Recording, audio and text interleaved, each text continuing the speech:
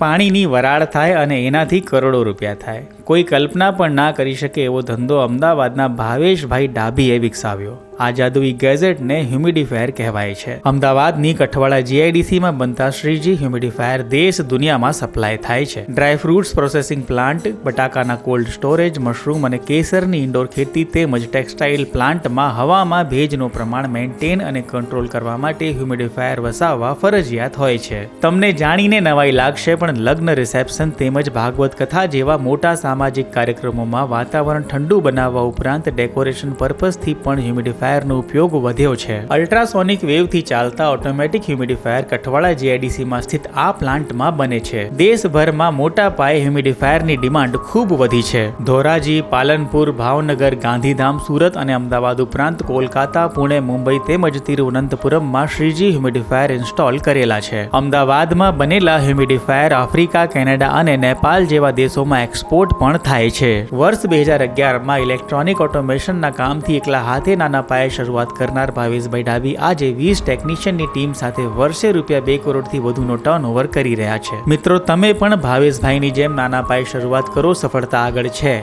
યાદ રાખજો, ધંધો નાનો છે પણ પોતાનો છે.